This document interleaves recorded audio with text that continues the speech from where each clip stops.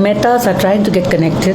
Himanshu Mehta, a yoga practitioner, a businessman by profession, and practices Malkham. It's a sport. I hope we get connected now. Mehta ji. Okay, so Himanshu bhai, you are a businessman by profession. Yes. You are a fitness. You believe in fitness. So tell me a little about, and you told me that you come from humble beginnings. This is when I spoke to you on the phone. You said you come from Yes. humble beginnings. So I want to know. I want to know the backstory of Himanshu Mehta. Yeah, I'm born and brought up in Mumbai. I was living in Kalbadevi Road, which was the epicenter of Mumbai. So we were living in a small room, and I had a tough time. Of course, that area is, it has its own charm because everybody has grown up literally from there. If you see, that was the epicenter. Mumbai Devi, Dhirubhai Ambani also had his office there. You know, the Pav Bhaji started from that place. Yeah. So I've seen it all, the worst and the best. So you've done your schooling in Bombay. You've done your schooling, college. Yeah. No, not college. The schooling I did in Mumbai. It was Barreto High School. Yeah. And then we moved to Vilepale. So school days, there was hardly any activities, and I was very shy kind of a person, very timid. Yeah. And feeling suppressed. So I was always trying to push myself to come out of the shell. Yeah. Then what made you embrace fitness? Two reasons. I would say two motivating factors. One was I was from the age of 8 to 14. I was very skinny. In the school, the friends were used to tease me Lambus Kakadi. You know, the long cucumber, whatever you say in English, for the guest to know. So that was one of the reason. And second, I really wanted to wear t-shirt, and I couldn't wear it. So it was for the t-shirt that I was very much inclined to fitness. So how did you do that? What was the exercise regime that you started?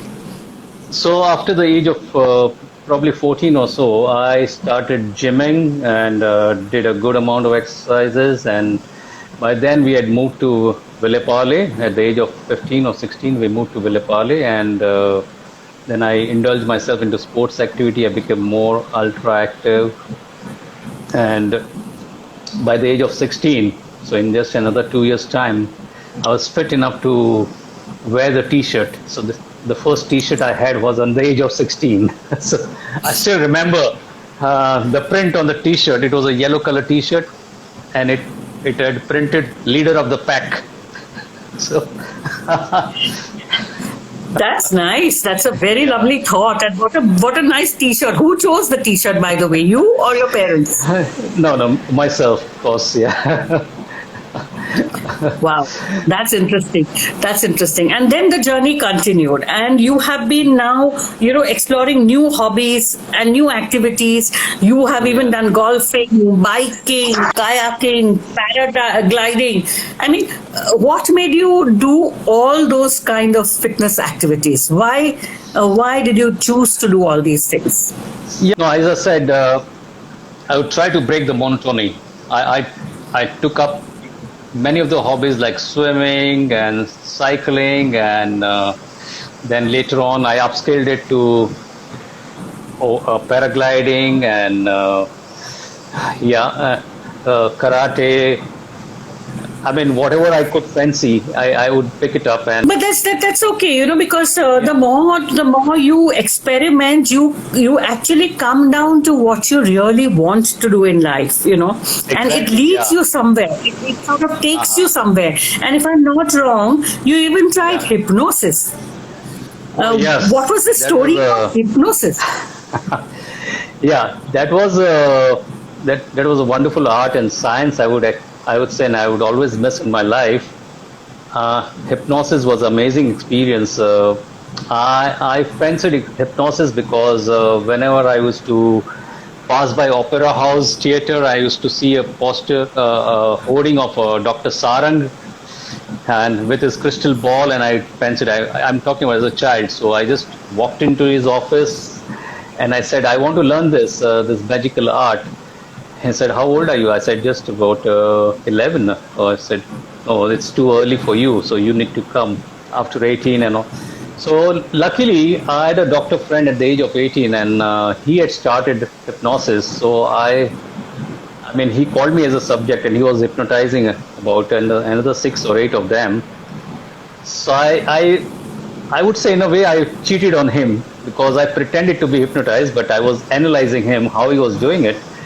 And of course, I told him later on, and he said, it would be very difficult for me to hypnotize you, because you've been very analytical by nature. Okay. So then I picked up a few books from the British Library, and I read each of the books maybe 10, 15, 20 times. I must have never read any of the books in my lifetime, or my school, college. And I acquired that art, and I learned it, and myself and the doctor friend, we were practicing together, and we hypnotized quite a number of friends and helped them quit the cigarette smoking, and we hypnotized even them for crucial issues like psychological issues or fear, psychosis, and we had a few of the very interesting subjects, and they were like falling to sleep. I mean, just to say chutki baja ke sleep, and they would go to sleep, because we had taken them for number of sittings. So that was during my age of 19, 20. Yeah. Oh, and Himanshu Bhai, Yeah. I want to know a little more about the hypnosis thing. I know you spoke about that you experimented with it with your friend, but I mean, I want to know some experiences, what Yes. made you leave it. I mean, why did you decide not to take it up as a profession? Also, if you can just tell. Yeah, okay. I'll tell you about the interesting subject and interesting experiment we did with a female. She had a problem of night stammering, in the sense that she used to speak out wherever she would go in the daytime. My cousin, she brought her to me, and of course that time we wanted to experiment on as many people as we wanted. Okay, so that was good. We got another subject.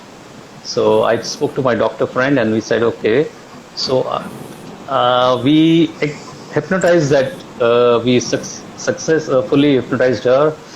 And it so happened that with my doctor friend that I was able to hypnotize the subject in a very better way. And then I was passing on the subject to the doctor for him to give medical suggestions.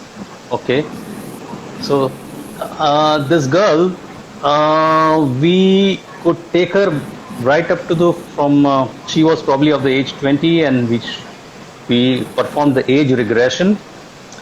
We took her year by year to find out exactly what things had occurred during her past life, I mean the past years. So we took her right to the embryonic stage.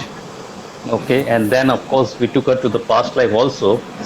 And scientifically it is said that hypnosis, it's 50-50. Sometimes the past life is a manifestation, and sometimes it is true also. So it's not very well proven, but it's 50-50 chances. So again, coming back so we found out that this girl, in her childhood, she was feeling so scared of some sadhu baba. And I mean, she used to get fever looking at that sadhu baba. And that probably was a psychological issue. So we brought her down to that age, and we saw to it that she was totally out of that fear. And post that treatment, couple of sittings, I mean, she gave up that night stammering. It was not occurring at all. Then on request of the vice principal of Mithibai, Professor Ankush Sawant, he was a professor of psychology, so he said, I would like to take a demo and see. Said, okay, fine. And I had a vacant flat at my disposal. So Okay. that's where we were experimenting. So I called them. There was another professor who had accompanied him, and my doctor friend and myself, and we hypnotized this girl. And what we did was we switched the personality. Even her boyfriend had come, so we switched the personality. So we made the boyfriend professor and the professor as a boyfriend.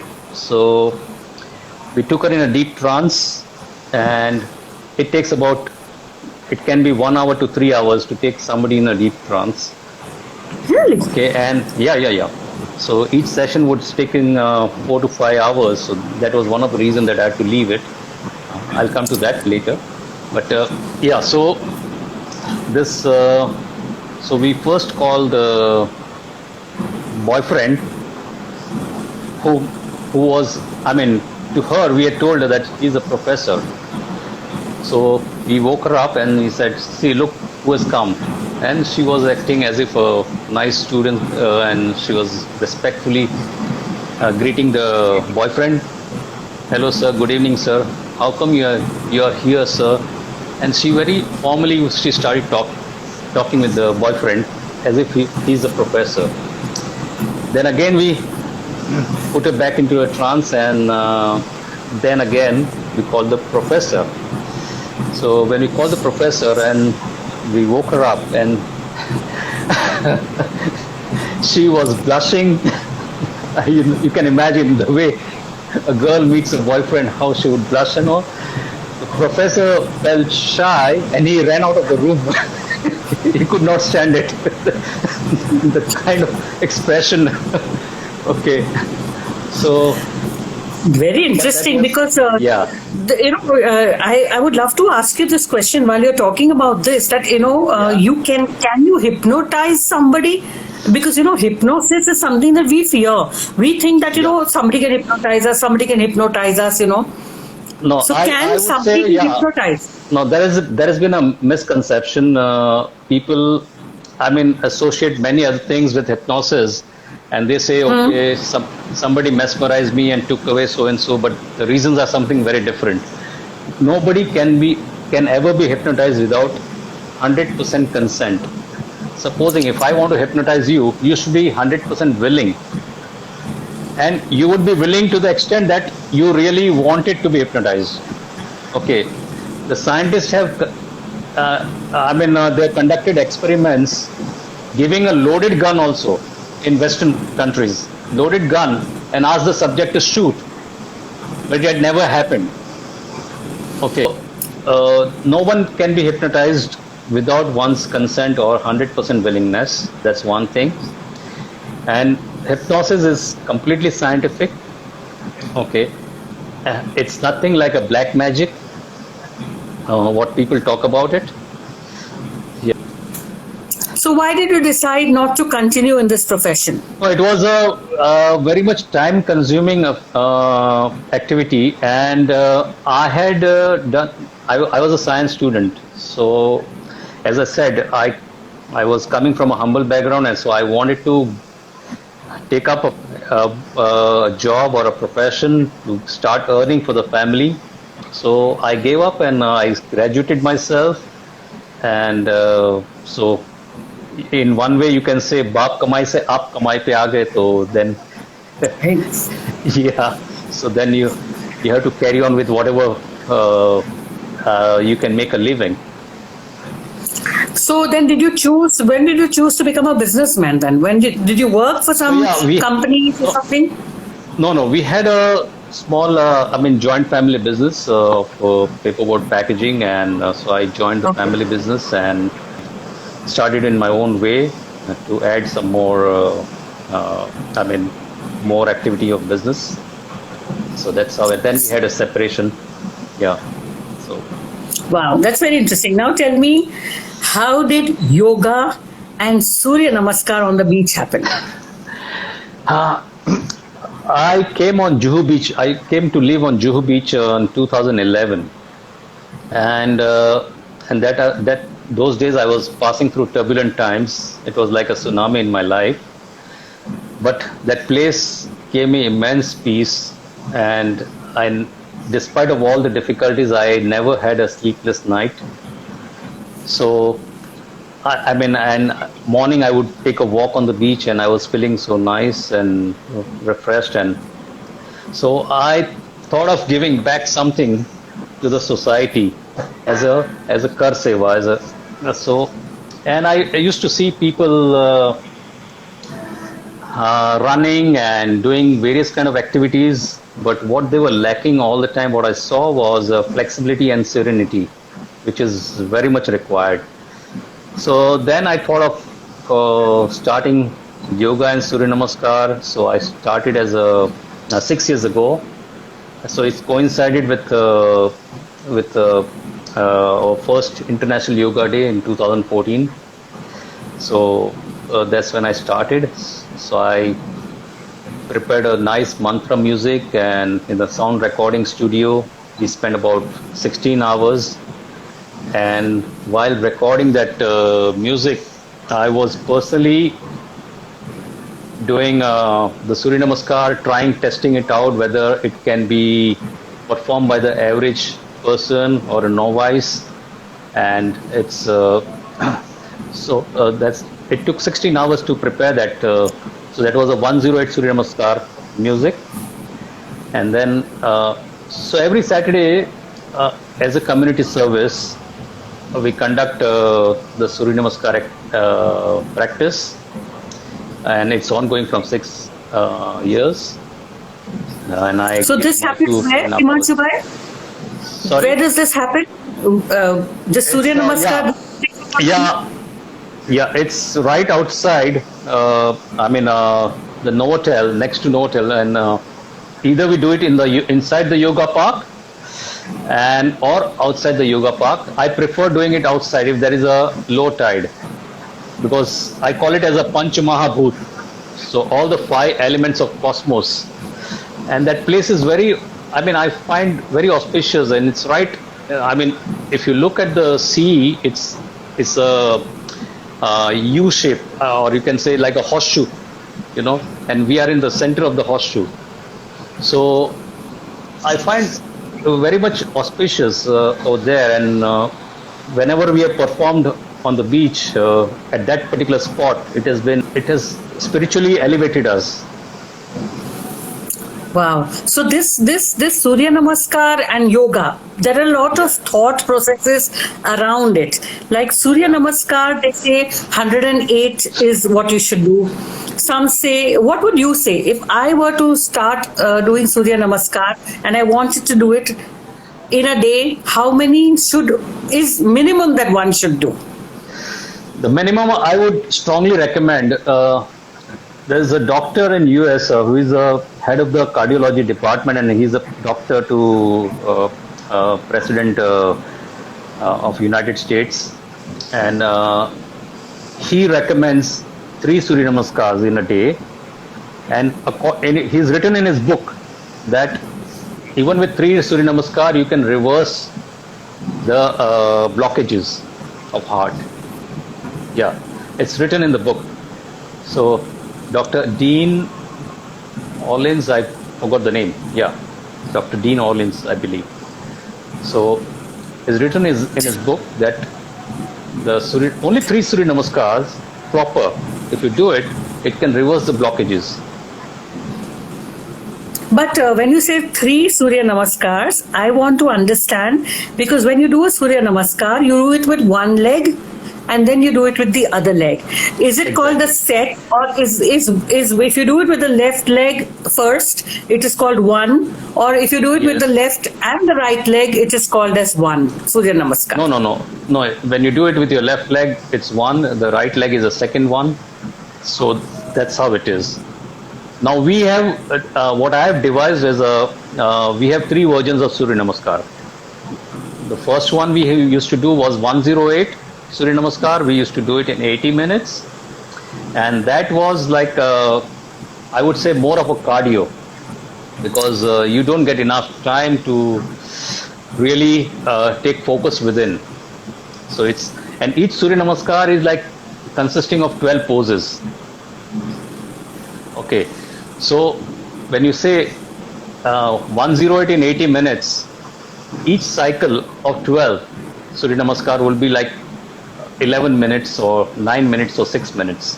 So it can range between 1 minute to 30 seconds per cycle. So in 30 seconds you are doing 12 poses. So that's very rapid, very fast. That's a cardio. The second one, of course, we had a chair Surya Namaskar for elderly people, which I specially devised for my mother. And then even the other elderly people were doing it. So we used to have events. That's something interesting. And my mother, she won 2 events at that point of time. So she did all the 108, the chair Surya Namaskar. Then the third So one. what is chair? Himanshu bhai, what is chair namaskar? So you're sitting on the chair. People who are elderly and they cannot do standing poses, or people are overweight, they cannot do the Bhujangasana and getting, the Ashtangasana or forward bending and everything. So they can do it on the chair. Yeah, you can just pose like this, and with every counts you can have different poses. Okay, so even lifting your leg like this. Yeah. So is there a video on this? Have you created a video on this? Yes, but I've not posted on the chair Surya Namaskar. But I'll do that. Yeah. We'll do Okay, it soon. so coming back to the different Surya Namaskars, you told me one is And the 108, the chair, and And the third one is 2 years ago I devised a unique form of Surya Namaskar, which is Surya Namaskar with chakra meditation on mantra music. So it takes care of the pranayama aspect also, and it activates the chakras. So we focus on the chakras while doing the Surya Namaskar, and that is the one I strongly recommend, and that can work for any age group. The younger people also find it difficult in a way, because you have to hold the posture for a longer duration. We do only 12 cycles in 1 hour. So each cycle is 5 minutes, whereas for the faster one was just 30 seconds. That's the difference. So each posture we hold for 20 seconds, and that works pretty good. And I prefer doing it blindfolded, all the Surya Namaskar, so I try and take the focus within. So even as of today, when I've been practicing regularly, when I'm fully engrossed, in maybe 8th or 10th cycle, I go into trance for the slower version. Yeah. that's very interesting. But when you said that Surya Namaskar has a number of poses or a number of asanas, you said there were how many? 12. How many? Physical 12 asanas. So 12 postures. In effect, actually 6 postures are replicated. In effect. Yeah, because I was wondering that whether, I do a Surya Namaskar and I can't see myself doing 12. So I was a little confused, So each you're saying posture you are doing 2 times basically. It's like waxing and waning cycle. Waxing and waning Okay. cycles. So yeah. Okay. Wow, that's very interesting. And what about yoga? Why the passion of yoga, and how has that helped the people around you? Yeah, yoga has, really speaking, it has worked like magic on me in all respect, and it has opened up new horizons. It has made me understand myself better, and other people also better. And with every practice, I keep on evolving myself. I find myself evolving to higher and higher level of intellect that way, and it has improved my intuition power, and self-control. So basically, yoga is for self-realization. So you gradually go into that mode. It makes a big, and when we say, there's a misconception again about yoga in general masses, people understand yoga as a physical exercise. It's really not. It's not only physical. Now, there are variety of yoga, bhakti yoga, jnana yoga, and physical yoga is hatha yoga. And then various teachers, gurus and all, for the marketing purpose, they gave different names like power yoga and Iyengar yoga and whichever, I mean, hot yoga. So variety. They had in UK they have a doga yoga, so for the dogs. And in New Zealand there was a lady who invented luga yoga, so she does that yoga on the toilet seat. Luga yoga. That's amazing. That's amazing. So that's what I was going to, that is what I also wanted to know from you, that there are different kinds of yoga. And, if a common person or if just a layman like me wants to start doing yoga, Exactly. it's very difficult to understand which is the right form of yoga that one should do. No, of course, the basic ones, it's actually the physical form of yoga is Hatha yoga. Then Raj yoga, as you see, the Brahma Kumari, that's a Raj yoga. They just focus on meditation, basically. They don't have the physical form of. They don't incorporate the Hatha yoga. And what we see, I mean, as we know, Modi ji, he's a yogi, basically, or PM Modi, yeah. But he's more from the Jnana yoga level, you can say. So he has immense knowledge. He's acquired immense knowledge. So he was probably a disciple for Jnana yoga and Bhakti yoga. So if you see, he's not that active for physical form of yoga. Of course, physically he's very active. He's a superman today, I would say. But as far as yoga postures and all are concerned, you won't find him doing the dynamic postures. Okay. Yeah. So that's the difference in it. Okay, so now you do a lot of workouts to break the monotony. Now Malkham is your latest passion. Yes. So I try and break the monotony. It's like what happens is what I've understood is the body tries to cheat you. So it's better you cheat the body before it does. Yeah. So if I have, even for my 7 days of workout, I have every day different kind of workout. So what happened about 3-4 years ago, I mean, I was feeling bored and maybe there was a calling or a craving for another activity, and suddenly it occurred in my mind that a question just posed up. I just thought of something and it said, just why don't I try Malkham? So I googled and I called up the Malkham teacher, Mr. Uday Deshpande. He is in charge of, he takes care of Malkham activity in Maharashtra. And by the way, Malkham is a Maharashtra sport, basically. So I called him and I mean, he was very much pleased with my enthusiasm and to learn Malkham. So he accommodated me and he called me the very next day morning. So next day morning, 5 o'clock, I left for Malkham class from Juhu to Shivaji Park.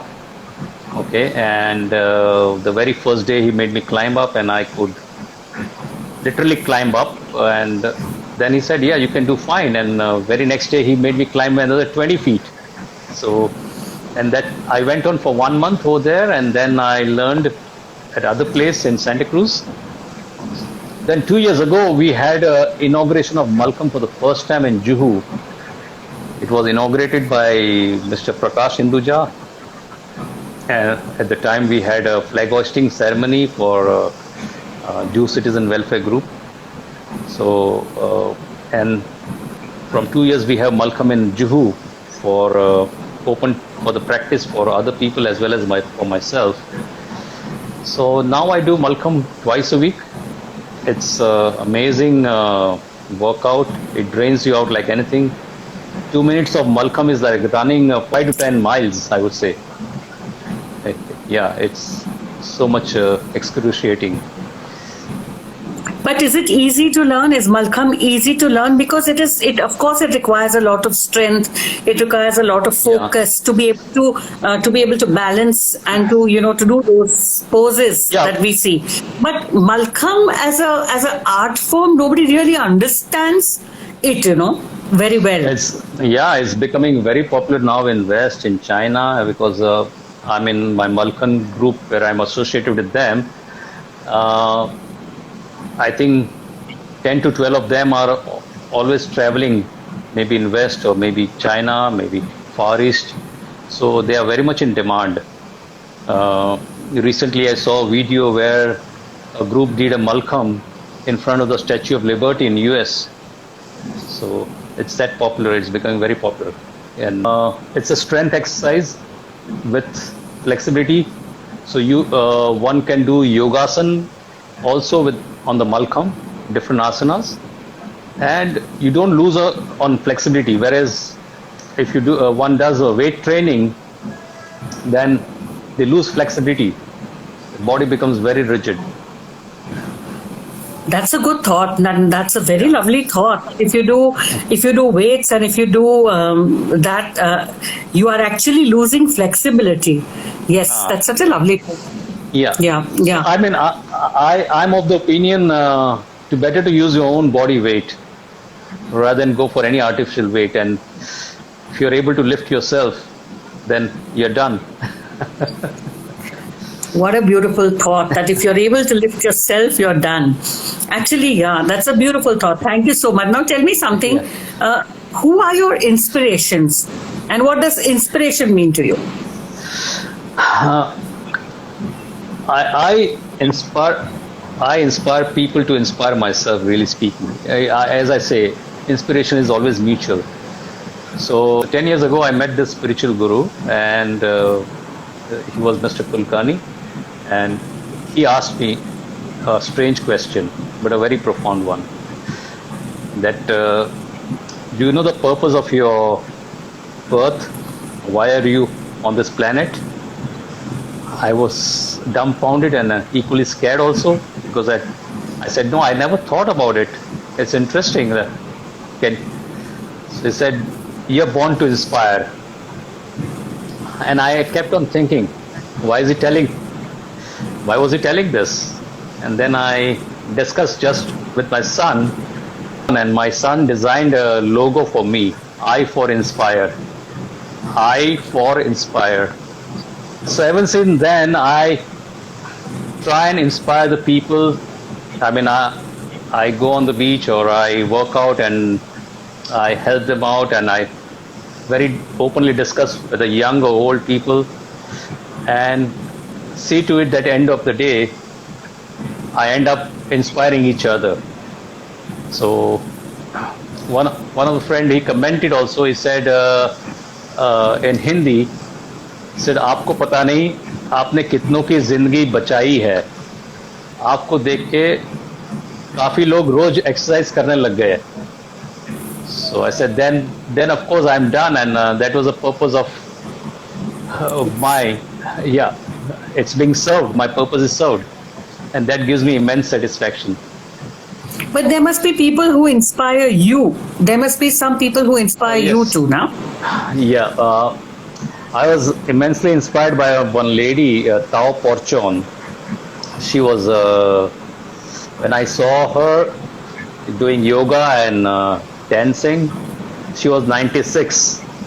At 96, she was dancing salsa, doing dips and dives with a 26-year-old partner.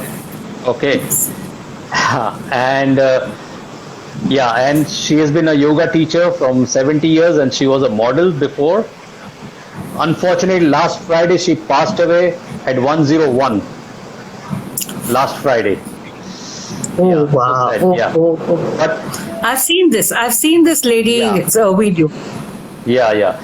But I mean, she passed away peacefully without any pain, and in her own words, that I'm going to travel to another planet now. Beautiful thought. So, Beautiful thought. likewise, there was a Russian grandpa who was doing, I mean, out of this world exercise, different kind of exercise, one cannot unimaginable. And there was another lady, a German lady, at the age of 86, she was doing floor gymnastics. So, so all these oldies, goldies, they really inspire me a lot.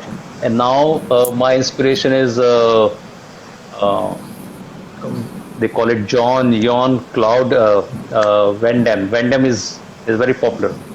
Uh, yeah. So JCVD. Oh, Yeah. So yeah, JCVD. How yeah. that's lovely. That's lovely. So now tell me, Juhu Beach is your mandir and it's also your playground, is what I would like to put it as. So what are the activities that you're involved in over there?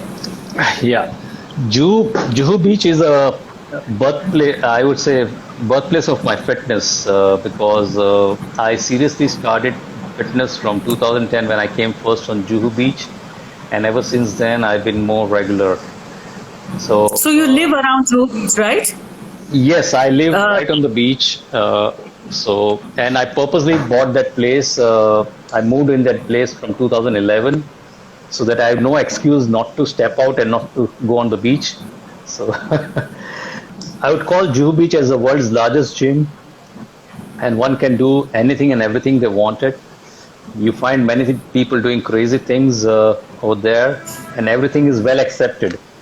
So, and of course, my workouts are also crazy. Sometimes I keep on jumping and doing gymnastics, and sometimes yoga and variety of activities. But of course, all the activities are like aligned to yoga. So I'm a committee member of JCWG, which is a Jew Citizen Welfare Group, where Hema Malini also, she's a member, and a lot of other industrialists, they are members there. And we are doing great work there, looking after the beach, and we have rescued some 7 gardens which were encroached by the builders and the societies. About 2 years ago, we developed one garden. We named it as a yoga park, and with some painting of yoga postures and all there. And that's become a very happening place. So even the unlock, during the time of unlock, where the gyms were closed, the people were flocking in there, and because we have put some equipments for the exercise, and everybody is able to do their workout there. You'll be finding now, from last 5-6 years, the beach is cleaned up a lot. So there are about 70 to 80 beach cleaners and gardeners. For them, we host a Diwali celebration event. We collect a huge amount of donations, a significant amount. This year, despite of COVID, we collected the contribution was like something like 2,25,000, and last year it was the highest, about 2,64,000. So from 4 years, the president of JCWG, Mr. Chaturvedi, has assigned me this responsibility to collect, and I've been fulfilling the task. When I see the beach cleaners working so hard during the rain and the hot summer, so that gives me inspiration to do something for them, because the whole year I find that we are takers and they are givers. So at least one day we become givers and they become takers. That's really good. So the beach cleaner event is, last week we had, it was a great celebration, and everybody gets together, and we felicitate all the beach cleaners with a good amount of respect, and we serve them buffet lunch and give away some donations and gifts and some grocery items and all. That's a lovely thought. I mean, that's a lovely, lovely gesture, and it's a social service in one way. Exactly. So, Yeah. yeah. So, before we close this conversation, is there anything that you'd like to share to people who are listening Yeah. about the importance of food and water and exercise? Yes. Uh, Food, of course, is very important along with your exercise. I would say it accounts for about 40 to 60%. So, personally, after I went into all the process and studied enough, I, I mean, my perception about the food has changed. I look food more as a protein, carbohydrates, and so I would avoid eating. I would go for a smart eating. I wouldn't recommend anybody to do dieting as such. Go for smart eating, in the sense that because what happens is we never think before eating what we are eating, when we are eating, how we are eating, how much we are eating. So all this we never question ourselves. So I mean, I have a wonderful doctor friend. He's a gastrointestinalist. He told me once, Himanshu, the size of the stomach, our stomach is the size of the feast, just the feast. But we keep on uh, stuffing it so much, and then we we, we think. I mean, then we are running the dietitian and all to reduce weight. So it's always we should be having a conscious way of eating, and particularly more I believe in having a sattvic food. So I'm a vegetarian, and as far as water goes, yes, water is very important. I recommend everyone to have at least 3 liters of water, and 3 liters not to gulp it together, but space it out, to have it a glass of water every hour. So that is 250 ml of water you have every hour. That makes it, I mean, for 12 hours it makes it 3 liters. So, and people doing hardcore exercise, 4 or 5 liters are required, depending on the kind of exercise what we do. I mean, our planet itself is comprising of 70% of water. So does our body. Yeah. So one needs to really take care that they don't dehydrate the body. I really liked what you said, about spacing out the water to drink, because, Yeah. people say drink so much of water, and, we tend to think that drinking one bottle of water at one time is a very effective thing. But you are Yeah. saying that spacing it out helps your body much more. Exactly. Yeah. At times, see, people complain of the headache and or the migraine. I would say 99% of the time it's all because of the lack of water, enough water. So sometimes some friends say that comes to me and says that "Sir, aaj headache bahut ho raha hai." I mean, it's really paining. I say that you might have not had enough water, and he would say, yes, of course, yeah, that's right. I was busy and I did not have, and he would start gulping altogether, 2, 3 glasses. That's not the right way to do it. Yeah. Yes, lovely. I really enjoyed this conversation. So I'm really thankful to you, Himanshu Bhai, for talking to me about and giving such beautiful insights. So thank you very much. Thank you very much. Yeah. My pleasure. And the last thing what I could say is that we are all living in a Kali Yuga, and there are 2 living hells on this planet. One is a hospital and the other one is a court. The intrinsic value of the fitness can safeguard us from these 2 living hells. So I would say that to gracefully pass through the aging process, fitness is a must. Okay. So I would say to all of us, all of them, stay fit, stay healthy. And I used to tell my sons that if you know to kill yourself, nobody can kill you. Why would that be? Explain it again. Yeah, If you- if you know to kill yourself, nobody can kill you. In the sense that for the fitness, of course, you have to kill yourself, because we know that the gyms they make money because there are 80%, 90% dropouts in the very first month. Okay, people make a New Year's resolution and they pay the money to the gym. They would go for 1 week, 10 days, 15 days, many of them, and then they drop out. So if you get into the fitness mode, then initially, of course, it's difficult. Initially, it is painful. So that's why I say that if you learn to kill yourself, then nobody can kill you. Then you can withstand any kind of calamities, any kind of problems. Beautiful. That's lovely. That's lovely. So once again, thank you very much for talking to me. Lots learned, Pleasure. and Yeah. I'm looking forward to your posting that chair yoga for me, Sure. especially because, as I told you, I have a knee problem, so I would love to do that. Okay. Because I would rather not do the traditional Surya Namaskar. Yes, but yes, I would of love course. to do the chair Surya Namaskar. And thank you very much for talking to me. My pleasure. Thank you so much. Bye-bye. Right. So that was a very, very interesting conversation with Himanshu Mehta.